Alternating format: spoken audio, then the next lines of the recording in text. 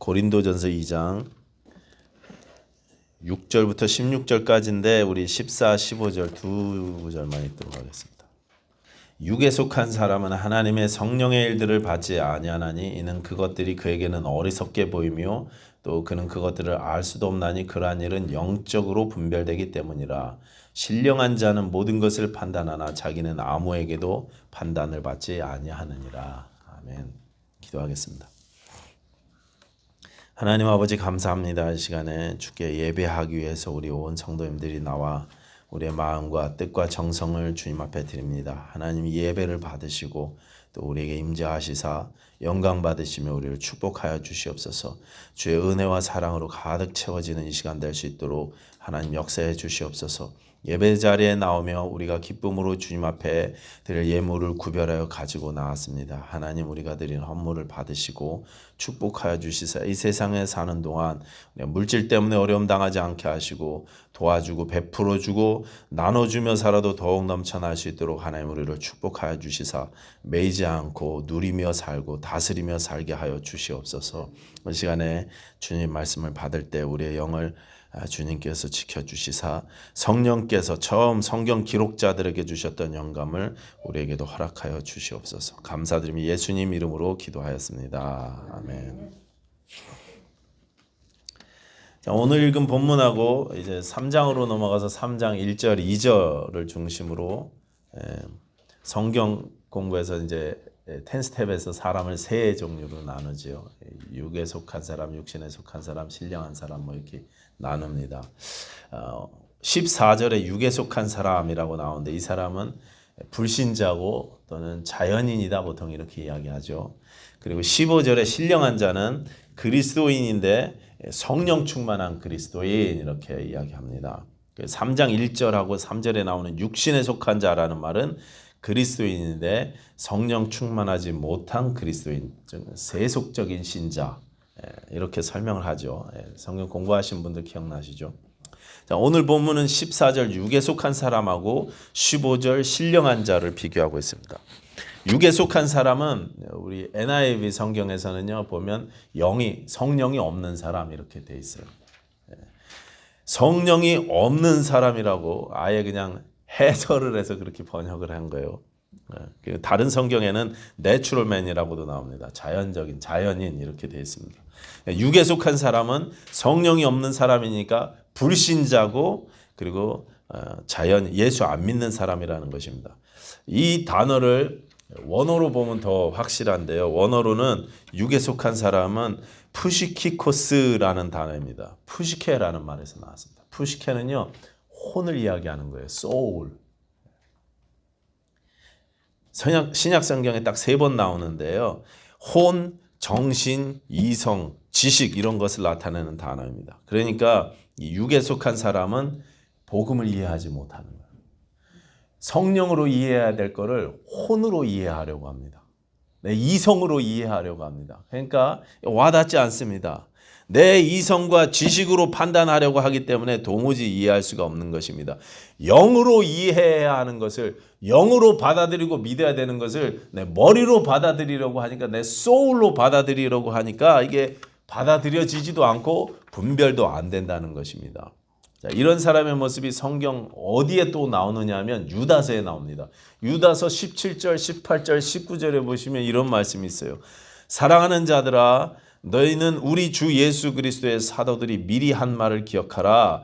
그들이 너희에게 말하기를 마지막 때에 자기의 경건하지 않은 정욕대로 행하며 조롱하는 자들이 있으리라 하였나니 이 사람들은 분열을 일으키는 자며 육에 속한 자며 성령이 없는 자니라 그래서 여기 육에 속한 자라는 단어가 다시 나오죠. 푸시케코스라는 말이 다시 나옵니다. 이 육에 속한 자를 뭐라고 말씀하시느냐? 경건하지 않은 정욕대로 행한다. 조롱하는 자들이다. 분열을 일으키는 자들이다. 또 혼에 속한 자들이 육에 속한 자들이다. 그리고 성령이 없는 자다 이렇게 이야기하고 있어요. 불신자인 것입니다. 하나님의 자녀가 아닌 것입니다.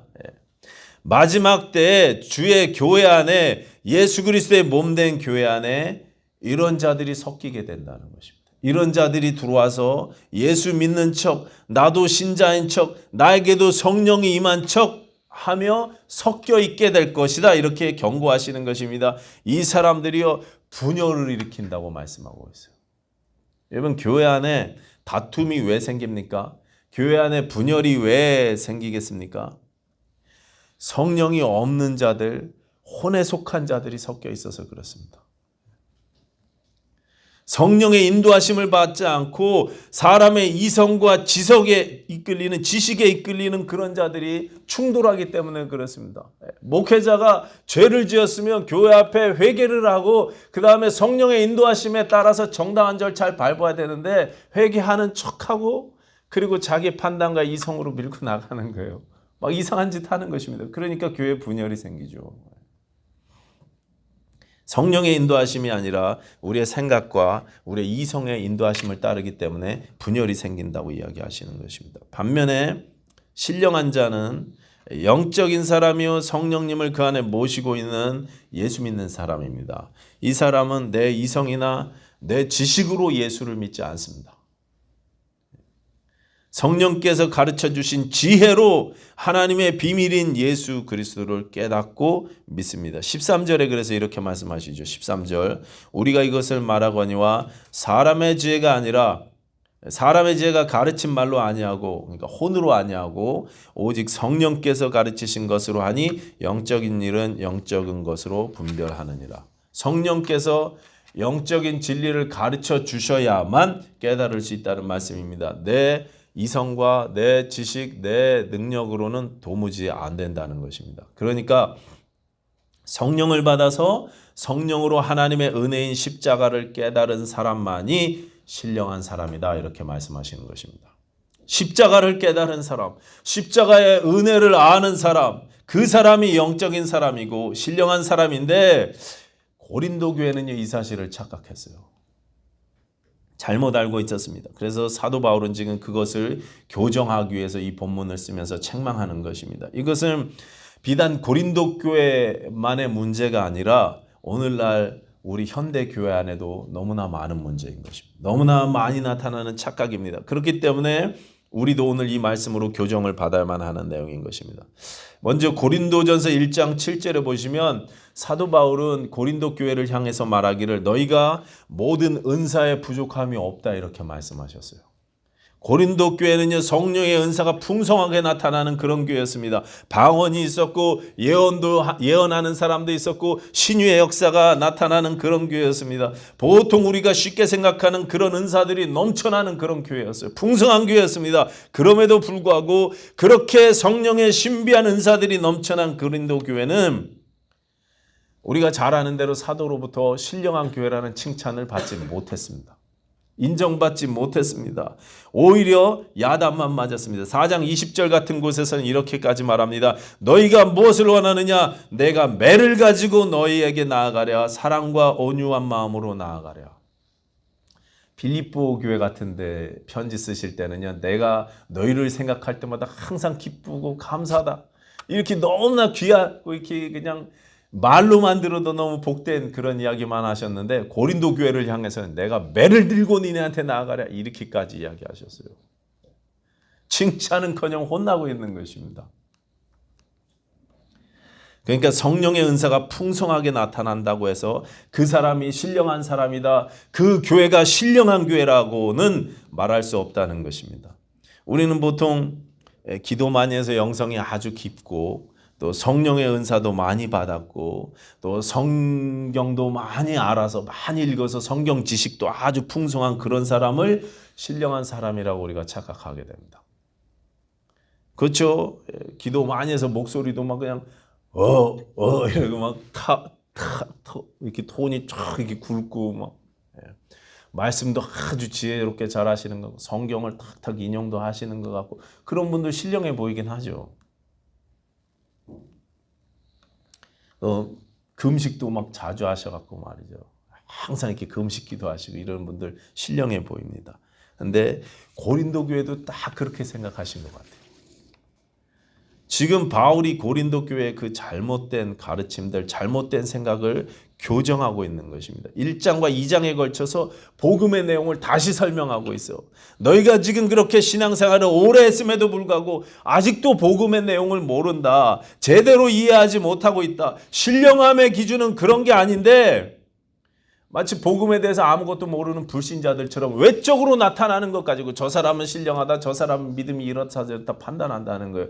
여러분, 은사는요 나에게 주신 것 아닙니까? 나와 하나님 사이에서 내게 이것을 가지고 봉사하고 덕을 세우라고 주신 것입니다. 이것을 가지고 다른 사람과 비교하고 다른 사람을 판단하라고 주신 게 아니에요. 그런데 고린도 교회는요 이 나에게 주신 은사를 가지고 다른 사람과 비교합니다. 누가 더 우월한지, 누구 은사가 더 큰지, 누가 신앙이 더 좋은지.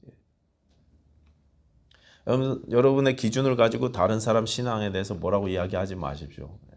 쟤는 왜 신앙이 저 모양이야? 그런 소리 하지 마십시오. 속으로만 잠깐 생각하시고 그런 생각이 자꾸 드시거들랑 집에 가셔서 그 음식 기도해 주세요. 그 음식 기도 그분이 해서.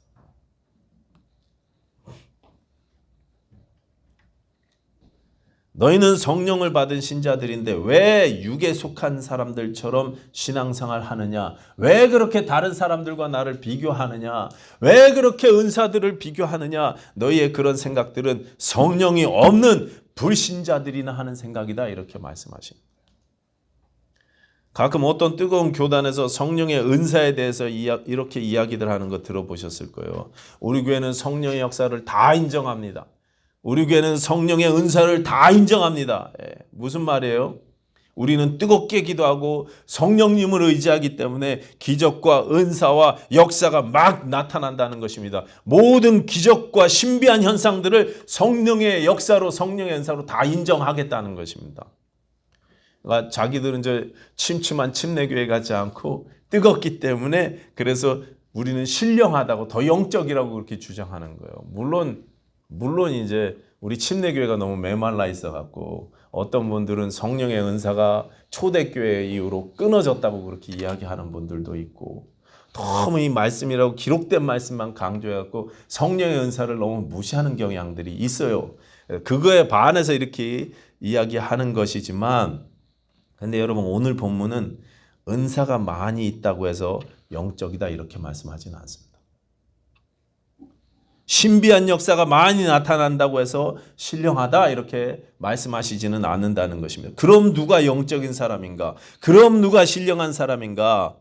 하나님의 비밀을 아는 사람. 하나님의 비밀인 십자가, 우리에게 은혜로 주신 십자가를 온전히 아는 그 사람이 영적인 사람이라는 것입니다. 12절 보십시오. 12절. 우리가 세상의 영을 받지 아니하고 오직 하나님으로부터 온 영을 받았으니 이는 우리로 하여금 하나님께서 우리에게 은혜로 주신 것들을 알게 하려 하심이라. 하나님께로부터 온 영, 성령이 오셔서 우리에게 은혜로 주신 십자가의 복음을 알게 해 주셨다라고 말씀하시는 것입니다. 고린도전서 12장 3절에 보시면 누구든지 성령으로 하지 않고는 예수를 주라고 시인할 수 없다 그렇게 말씀하셨어요. 성령이 아니고는 예수님을 주님으로 모실 수가 없어요. 예수님을 우리가 믿고 있다면 성령으로 말미암아 그렇게 된 것입니다. 성령이 아니면 복음을 받아들일 수 없습니다. 성령이 아니면 십자가의 은혜를 믿을 수조차 없는 것입니다. 성령이 아니고는 우리 중에 아무도 예수를 믿거나 하나님의 자녀가 될 수 있는 사람이 한 사람도 없는 것입니다. 그 성령을 받은 사람이라면 신령한 사람이고 신령한 사람은 십자가의 은혜를 날마다 깊이 알아가는 사람입니다. 그리고 십자가의 은혜를 안다면 지금 사도 바울이 계속 이야기하는 것처럼 하나님 앞에서 아무것도 자랑할 것이 없어요. 아무것도 자랑할 것이 없어요. 은혜를 아는 사람은 아무것도 자랑할 것이 없습니다. 지지난주 본문에 보시면 예수 그리스도와 그가 십자가에 못 박히신 것 외에는 아무것도 알지 아니하기로 작정하였습니다. 이렇게 말씀하신 것처럼 십자가에 못 박힌 예수 그리스도 외에는 다 사라져가는 것입니다. 다 내려놓게 되는 거예요. 다 서서히 내려놓습니다. 다 희미해져 갑니다. 예수만 계속 확실해져 가는 거예요. 예수만. 근데 오늘 고린도 교회는 자기가 가진 것들을 자랑했습니다.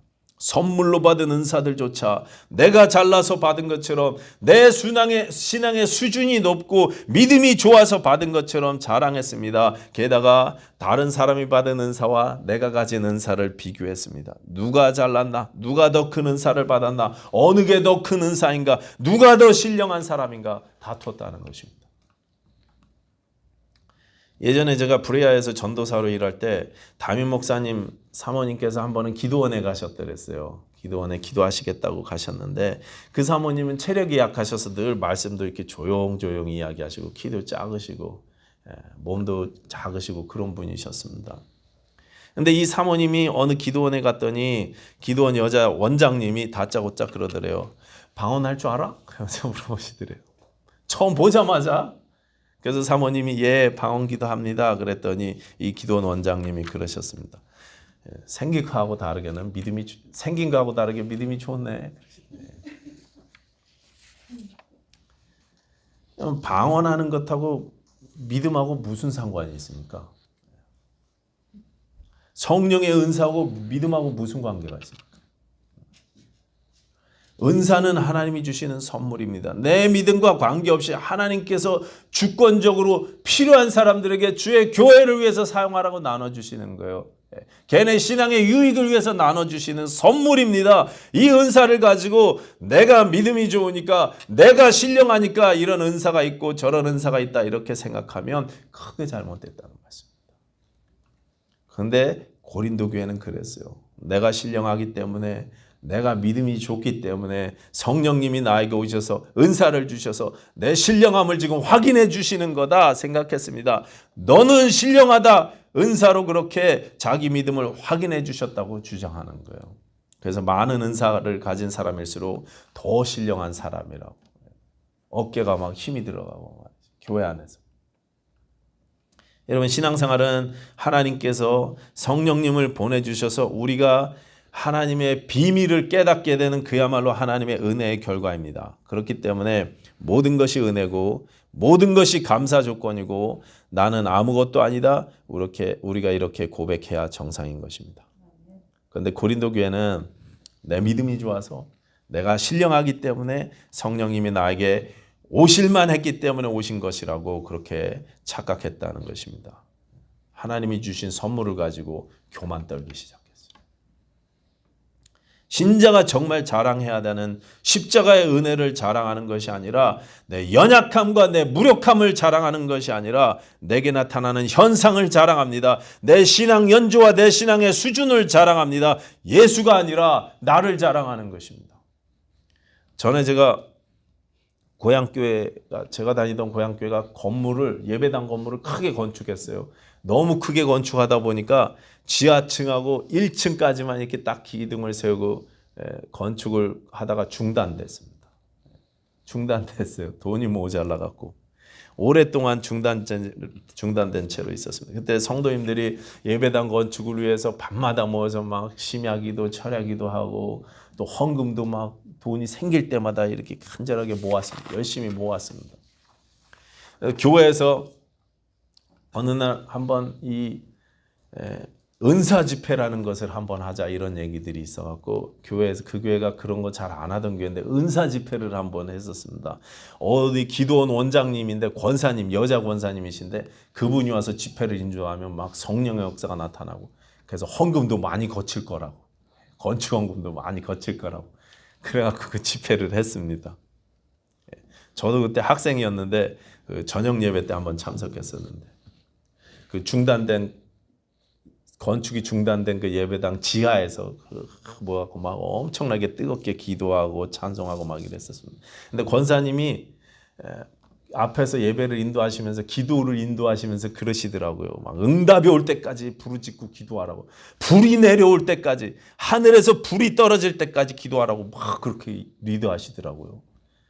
그래서 저도 막 뜨겁게 기도했습니다. 하나님 저에게도 불이 떨어지게 해달라고.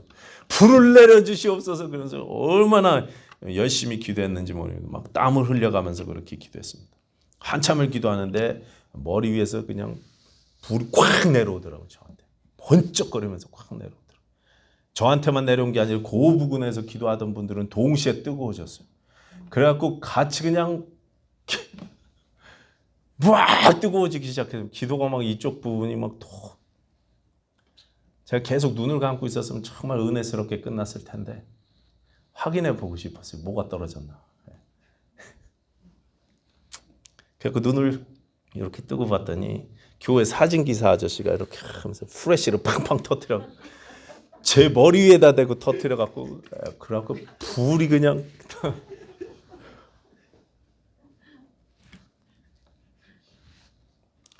다른 분들은 계속 그게 하늘의 빛이라고 생각해서 뜨겁게 기도하는 거 봤습니다. 여러분이 정말로 하늘에서 불이 내려오는 신비한 체험을 한다고 해도 거기에 매이지 마십시오. 사도 베드로처럼 무리를 걷고 죽은 사람을 살렸다고 해도, 사도 바울처럼 3층 천에 올라갔다 내려왔다고 해도 거기에 매이지 마십시오. 신령한 사람들은 그런 것을 추구하는 사람들이 아닙니다. 그런 걸 경험하고 그런 일들이 막 주변에서 일어나는 사람을 신령한 사람이라고 이야기하지 않습니다.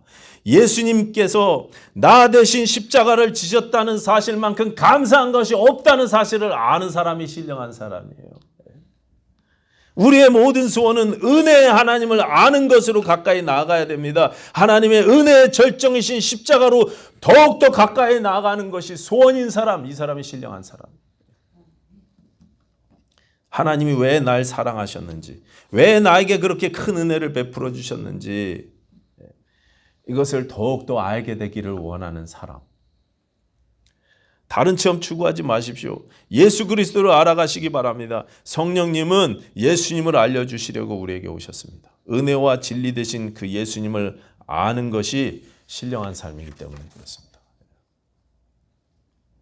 내가 얼마나 잘났는지, 얼마나 수준과 교양이 높은지 성령님은 그런 것을 증명해 주시려고 오신 분이 아니십니다. 하나님의 비밀인 십자가를 알려주시기 위해서 우리에게 오신 것입니다. 예수 그리스도 십자가 외에는 아무것도 없다는 사실을 아는 사람, 그분이 신령한 사람인 것입니다. 이 신령한 자들은 16절에 보시면 다른 표현으로 주의 마음을 아는 자들이다 그랬어요. 그리스도의 마음을 가진 사람이다. 그래서 사람을 볼 때 예수의 마음으로 봅니다. 신령한 자는요, 사람들을 볼 때 예수의 마음으로 봐요. 사람을 볼 때 기꺼이 그 영혼에 먼저 관심을 쏟습니다. 사람을 볼 때 저 사람이 무슨 옷도리를 입었나, 뭐 목걸이는 뭐를 찼나, 핸드백은 뭐를 가졌나, 신발은 무슨 신발을 신었나, 그걸 보는 게 아니고요. 그 사람을 볼 때 그 사람 영혼이 어떤가를 먼저 보는 거예요. 예수의 마음을 가져.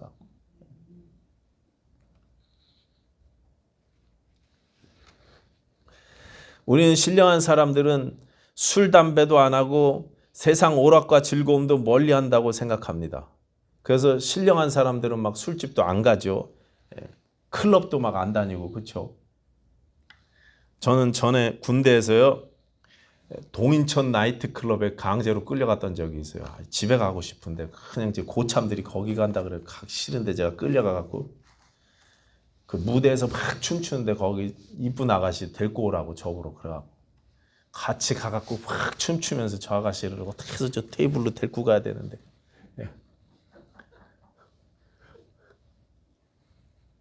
밤새도록 그 짓을 하면서 왔다 갔다 하면서 쟤 데리고 와 그래갖고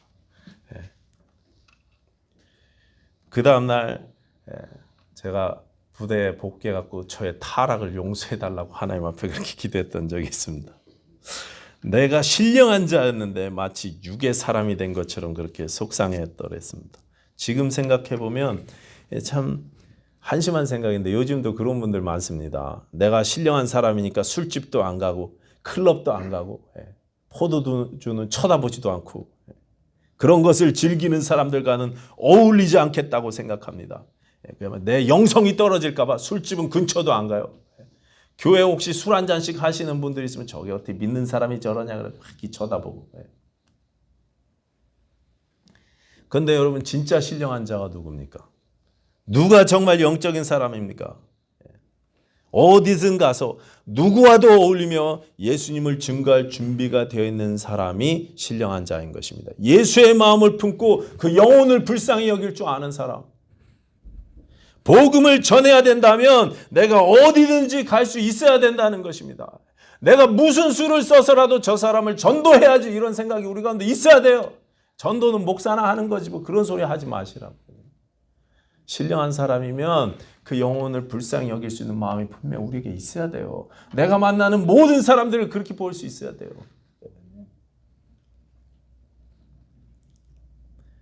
또 진짜 신령한 사람이 누굽니까? 12절 말씀에 보면 하나님께서 우리에게 은혜로 주신 것들을 아는 사람이 신령한 사람입니다. 나에게 베풀어 주신 하나님의 은혜가 무엇인지, 그 은혜가 얼마나 큰지 아는 사람. 나에게도 지금도 임하시는 이 은혜가 얼마나 큰지 아는 사람. 하나님이 나를 위해서 얼마나 큰 대가를 치르셨는지 좀 생각하자는 것입니다. 생각하자는 거예요. 자기 아들을 희생시키셨어요. 나를 위해서요. 나를 위해서. 내가 뭐라고. 레이몬드 릴리라는 아주 난폭하고 사나운 흑인 청년이 있었습니다. 세상에 대한 원망과 불평으로 사회에 대한 불만으로 가득 차서 세상이 막 싫었던 그런 청년이었습니다. 이 청년이 하루는 자기 동네 목사님을 해하겠다고 결심을 하고 벽돌을 한 장 싸들고 예배드리고 있는 예배당으로 들어갔대요. 왜 그랬는지 막 분노가 차갖고 목사를 내가 쳐야 되겠다고 그렇게 생각했답니다. 그날 그 교회 목사님은 그것도 모르고 열심히 설교를 하고 계셨습니다. 그런데 이 레이몬드 릴리라는 청년이 이제 저 설교하는 목사에게 내가 나가서 저 목사를 벽돌로 팍 쳐서 해야겠다는 그런 결심을 가지고 찬스를 보려고 예배당에 앉았다가 그 목사님의 설교를 통해서 주시는 하나님의 음성을 들었습니다. 그리고 마음이 움직였어요. 그 자리에서 예수님을 구주로 영접하고 그날 거듭나서 기독교인이 되었습니다. 그리고 나중에 이분도 목사님이 되셨어요.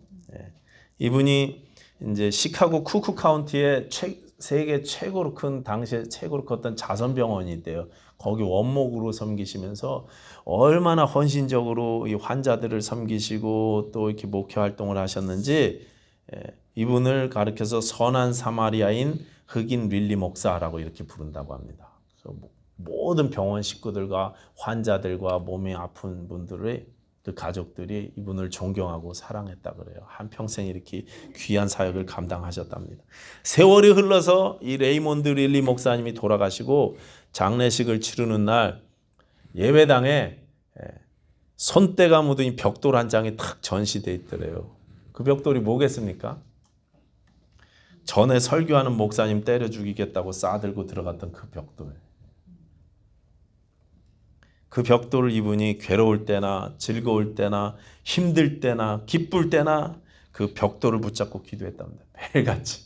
하나님 내 이 죄인 중에 괴수 같은 나를 은혜 베풀어 주셔서 목사 만들어 주셨다. 나 같은 놈에게 왜 이런 은혜를 베풀어 주셨냐고. 벽돌 볼 때마다 자기 과거를 생각하면서 은혜에 감사하는 거예요.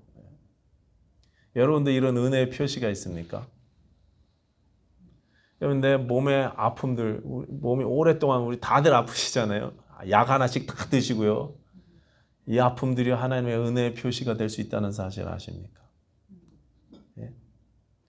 내 가족의 아픔들, 내 과거의 아픔들, 깨어진 가족, 가정 식구들, 관계들 이게 은혜의 표시가 될 수 있다는 사실 아십니까? 여러분? 날마다 하나님 앞에 가지고 나와서 하나님 내가 무엇인데, 내가 어떤 사람인데 나 같은 사람을 위해서 이렇게 큰 은혜를 베풀어 주십니까? 여러분 기도할 수 있으셔야 돼요.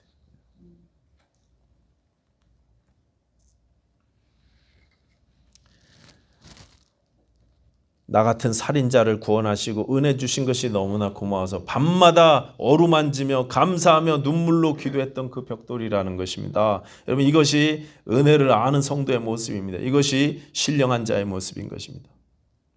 나 같은 죄인 살리신 그 은혜 놀라워. 여러분 우리에게 성령을 주시고 우리를 신령한 자로 만들어 주셨으니 더욱더 하나님의 은혜를 알게 해달라고 그렇게 기도하시기 바랍니다. 매일 주의 은혜 가운데 살게 해달라고 기도하십시다.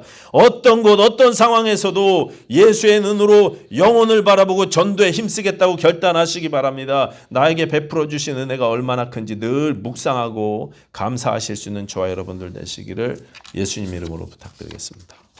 기도하겠습니다.